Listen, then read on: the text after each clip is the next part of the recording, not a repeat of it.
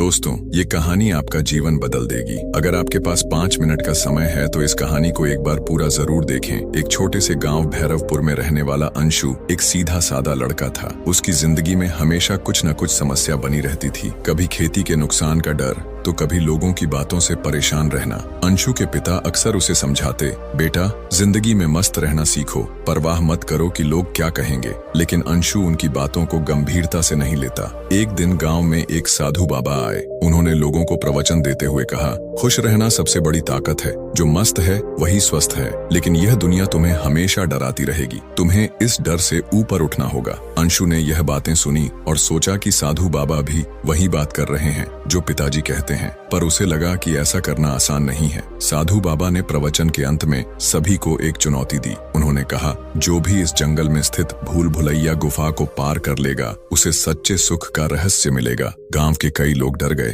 क्योंकि उस गुफा के बारे में कई कहानियां प्रचलित थीं। कहा जाता था कि वहां जाने वाले कभी लौट कर नहीं आते। अंशु के मन में जिज्ञासा जागी। उसने सोचा, क्या पता यही मौका मेरी जिंदगी बदल दे। अगर मैं इसे पार कर लूं तो शायद मुझे भी मस्त रहने का असली मतलब समझ में आ जाए। अगली सुबह अंशु ने अपने कुछ दोस्तों के साथ गुफा की ओर कदम बढ़ाया, लेकिन जैसे ही वे गुफा के करीब पहुंचे, उसके दोस्त डर के मारे वापस लौट गए। अब अंशु अकेला था। गुफा में घुसते ही उसे अजीब सी आवाजें सुनाई देने लगीं। हवा सर्द और भारी हो गई। गुफा के अंदर अंधेरा था और केवल उसकी लालटेन का मध्यम प्रकाश रास्ता दिखा रहा था। अचानक उसे दीवार पर एक पुरानी लिपि में कुछ लिखा हुआ दिखा, डर केवल तुम्हारे मन का खेल है। अंशु ने इसे पढ़ते ही महसूस किया कि गुफा उसकी परीक्षा ले रही है। जैसे जैसे अंशु गुफा के अंदर बढ़ता गया, उसे हर मोड़ पर नई चुनौती का सामना करना पड़ा। एक जगह उसकी लालटेन बुझ गई। घबराहट के कारण उसका दिल तेजी से धड़कने लगा। तभी उसे याद आया कि साधु बाबा ने कहा था, डर को नकारना ही पहला कदम है। अंशु ने गहरी सांस ली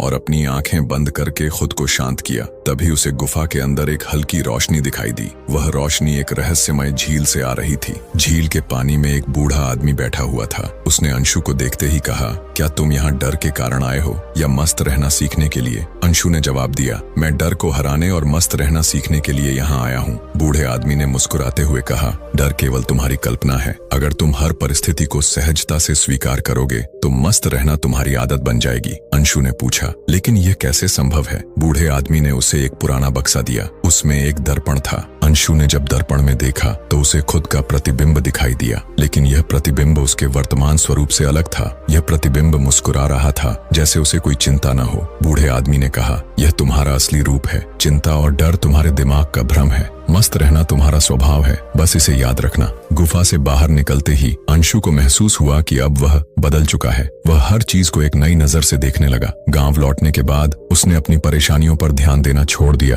और हर स्थिति में सकारात्मक रहना शुरू कर दिया। उसके इस बदलाव को देखकर लोग चकित थे। अब वह न केवल अपनी बल्कि दूसरों की समस्याओं को भी हल्के फुल्के अंदाज में सुलझाने लगा। कुछ महीनों बाद साधु बाबा फिर से गाँव आए। उन्होंने अंशु से पूछा, तो बेटा क्या तुमने मस्त रहना सीख लिया? अंशु ने मुस्कुराते हुए कहा, हाँ बाबा, अब मुझे डर नहीं लगता। मैंने समझ लिया है कि खुशी भीतर से आती है और यह सिर्फ हमारा नजरिया है जो हमें या तो मस्त बनाता है या परेशान। साधु बाबा ने उसे आशीर्वाद दिया और कहा, यही तो सच्चा जीवन है। जब तक तुम मस्त हो, तुम्हारे पास हर समस्या का हल है। शीख अंशु की कहानी हमें सिखाती है कि जिंदगी में खुश रहना केवल बाहरी परिस्थितियों पर निर्भर नहीं करता। यह एक कला है जिसे हमें सीखना और अपनाना होता है। जब हम डर और चिंता को नकार कर मस्त रहना सीख लेते हैं तो जिंदगी सच में आसान और खूबसूरत हो जाती है।